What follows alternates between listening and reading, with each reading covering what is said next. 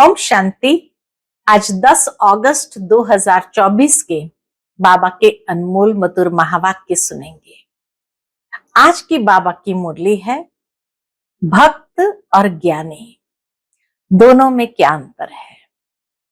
बाबा कहे, जब तक देह अभिमान रहता है तब तक उनको भक्त ही कहा जाता है।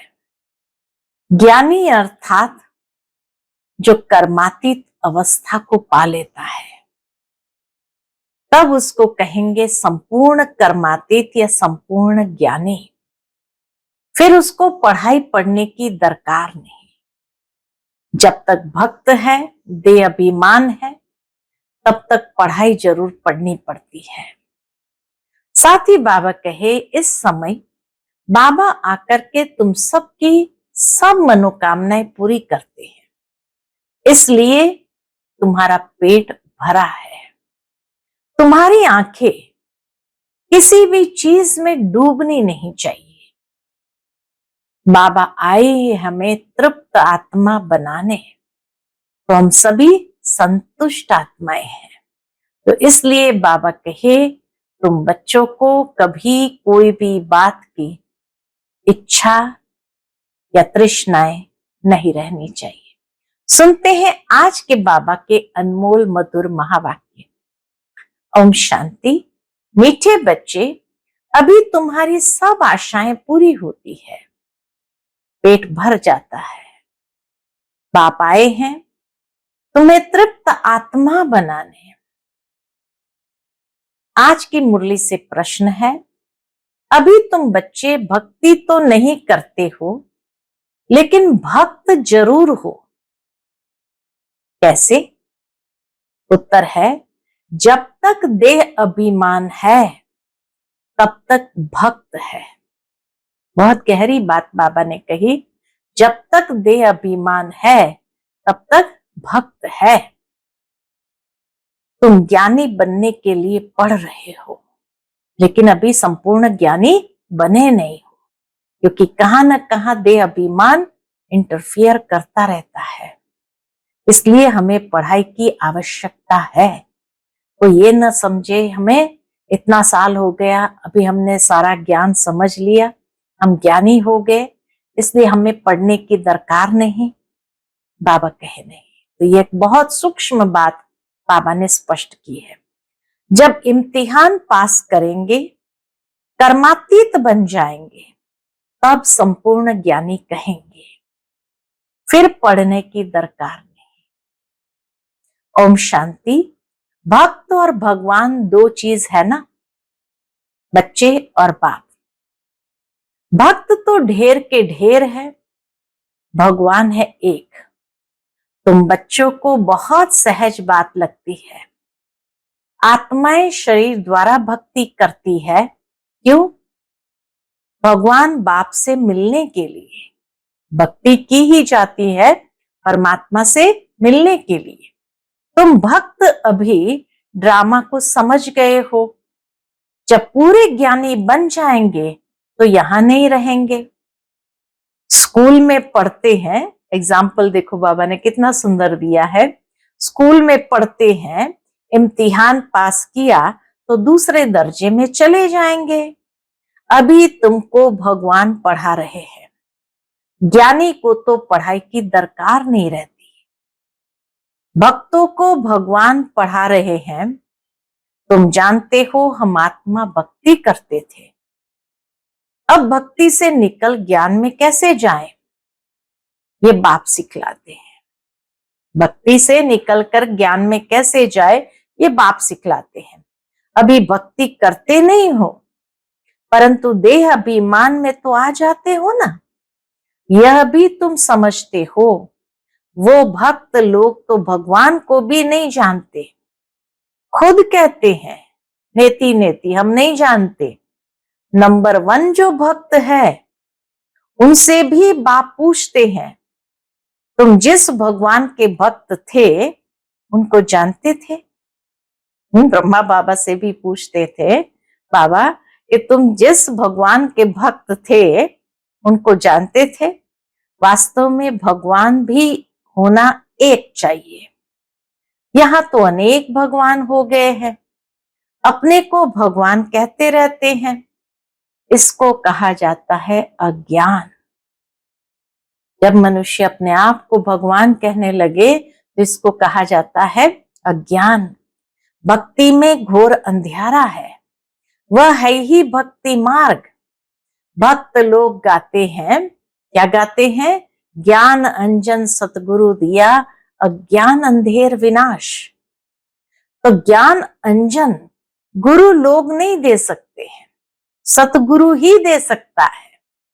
तो ज्ञान अंजन गुरु लोग नहीं दे सकते हैं, गुरु तो ढेर है। तुम बच्चे जानते हो भक्ति में क्या क्या करते थे, किसको याद करते थे, किसको पूछते थे।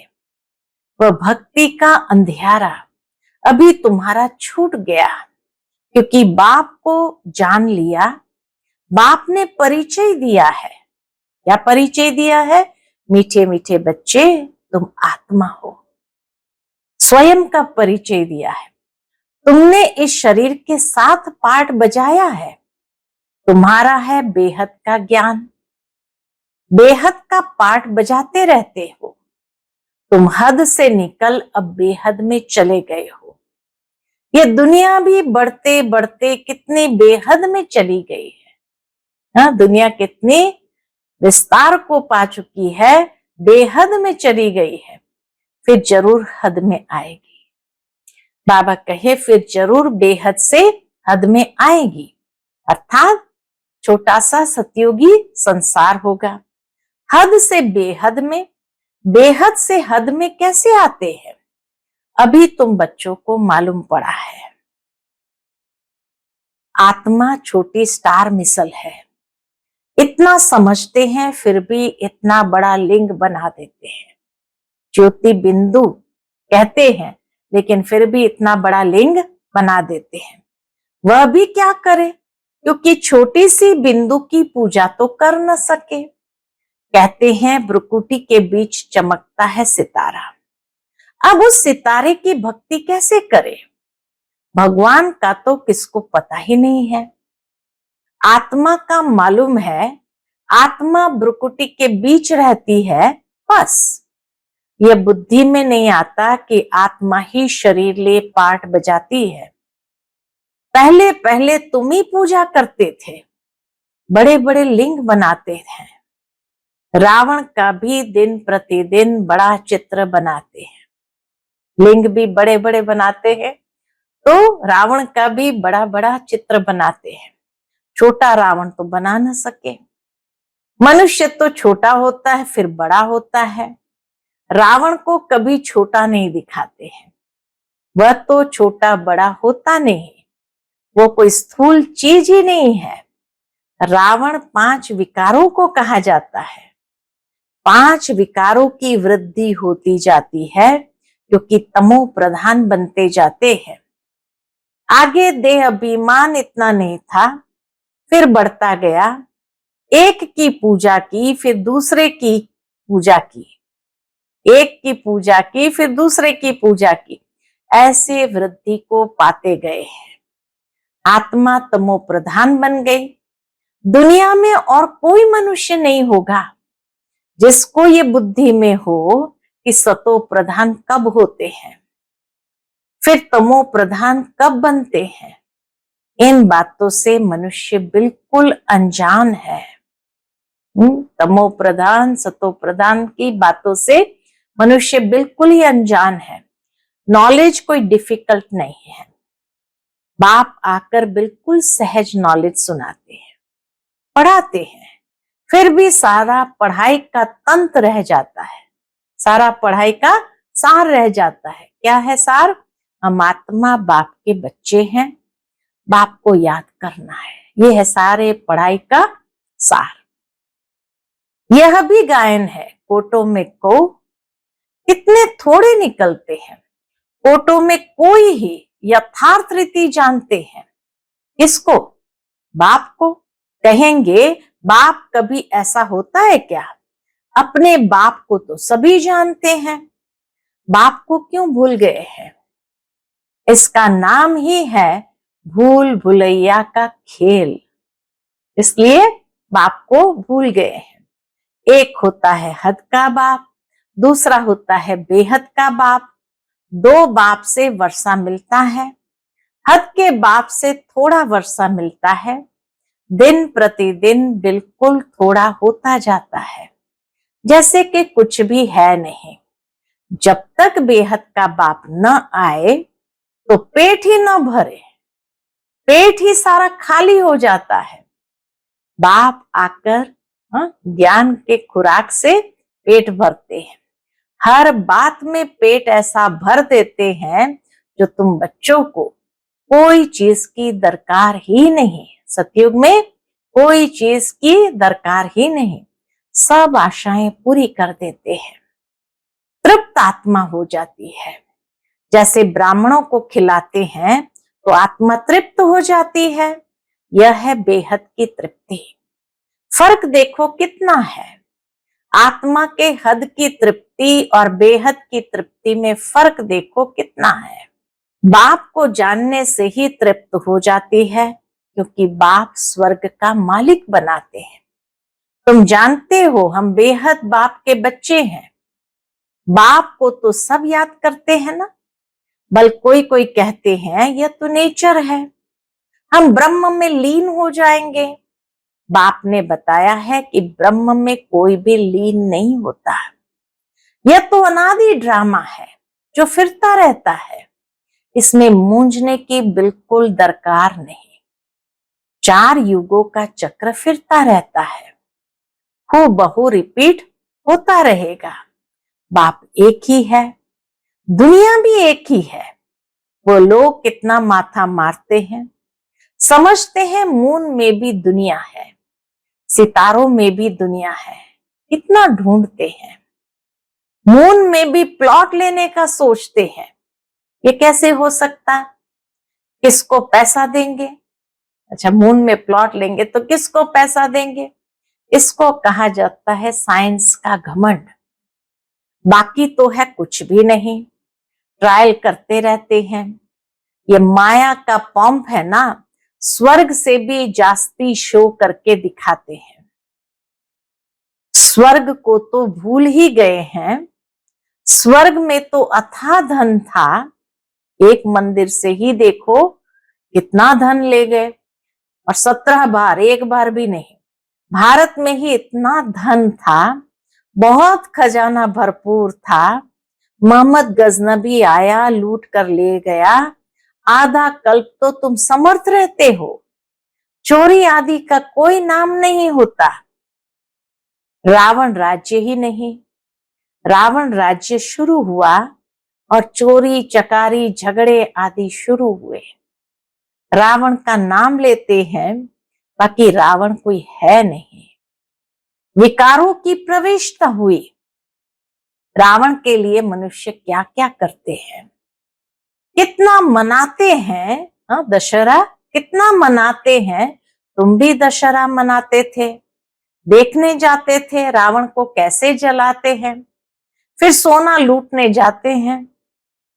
है क्या चीज, अभी वंडर लगता है क्या बन पड़े थे, कितनी पूजा आदि करते थे।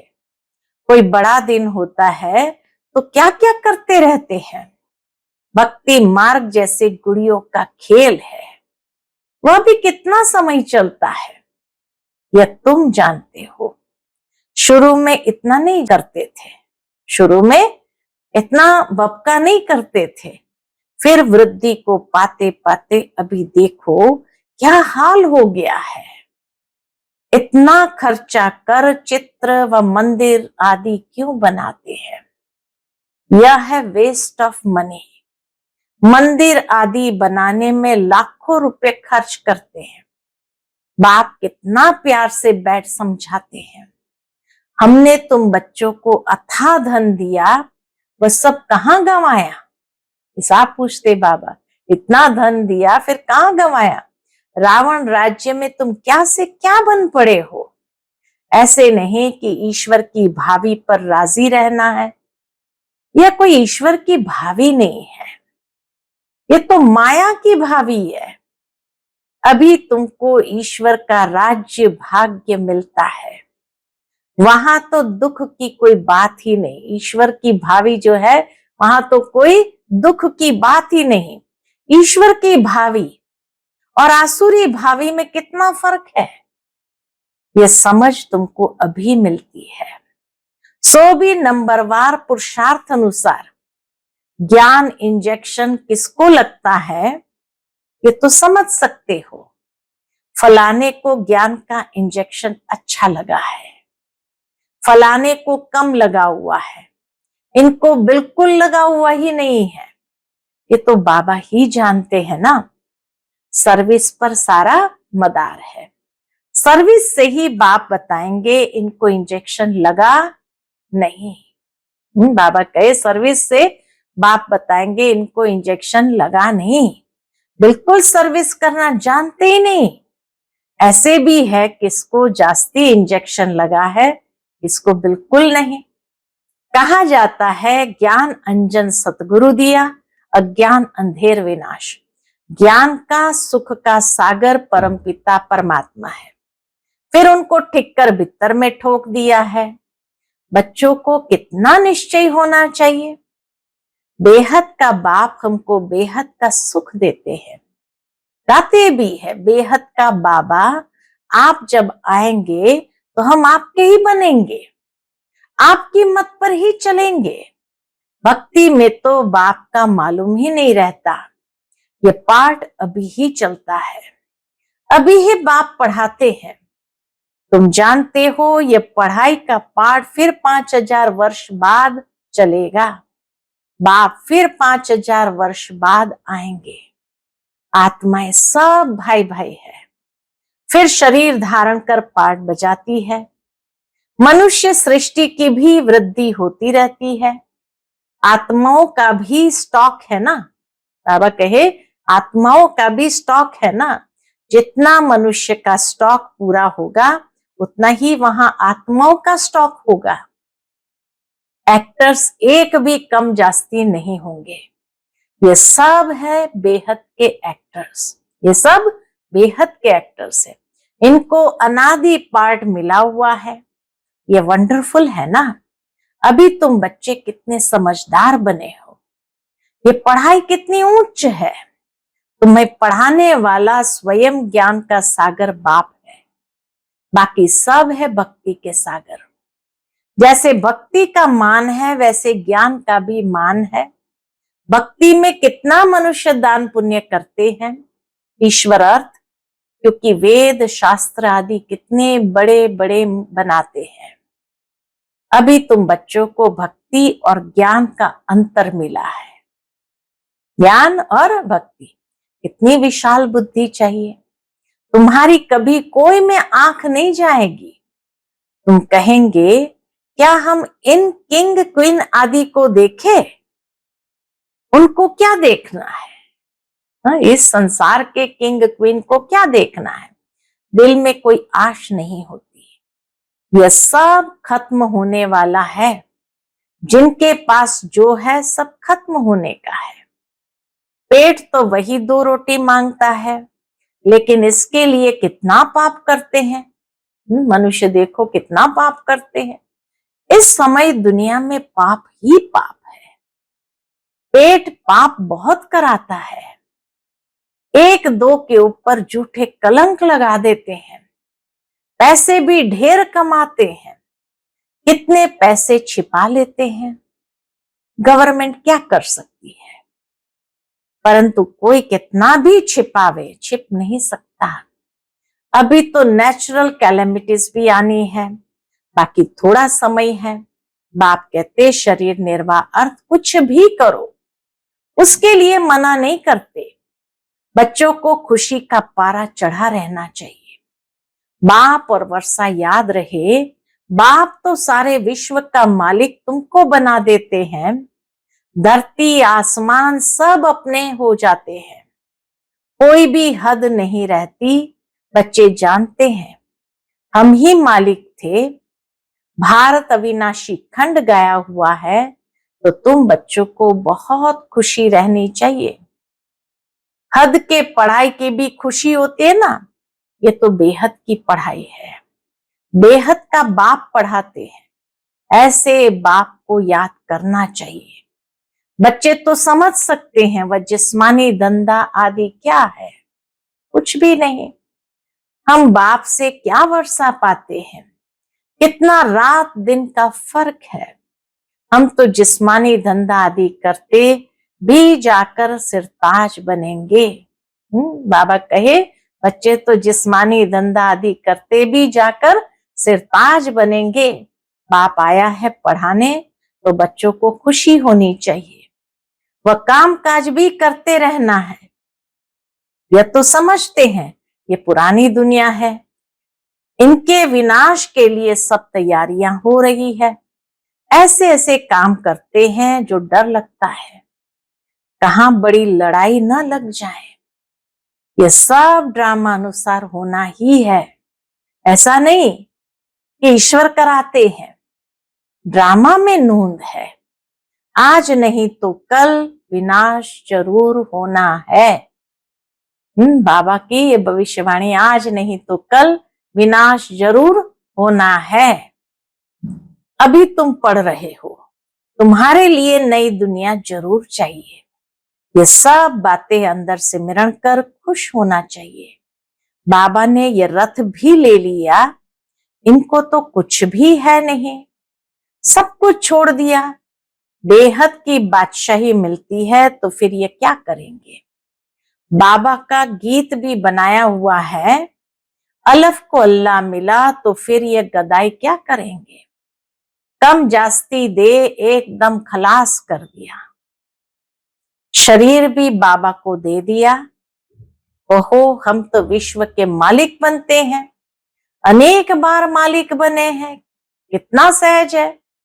तुम भल अपने घर में रहो, अपने को आत्मा समझ बाप को याद करो। बस ज्ञान का सार यही, अपने को आत्मा समझ बाप को याद करो।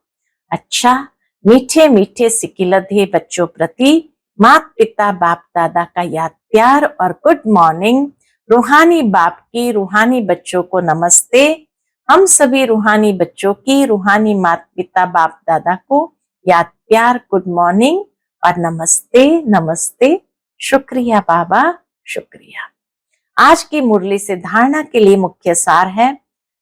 पहली पॉइंट, ऐसा तृप्त और विशाल बुद्धि बनना है जो किसी में भी आंख न डूबे, दिल में कोई भी आश न रहे, क्योंकि यह सब विनाश होना है। दूसरी पॉइंट, शरीर निर्वाह कर्म करते खुशी का पारा सदा चढ़ा रहे, बाप और वर्षा याद रहे, बुद्धि हद से निकल सदा बेहद में रहे। आज का बाप दादा का मधुर वरदान हम बच्चों के प्रति है। तीव्र पुरुषार्थ द्वारा सभी बंधनों को क्रॉस कर मनोरंजन का अनुभव करने वाले डबल लाइट भव।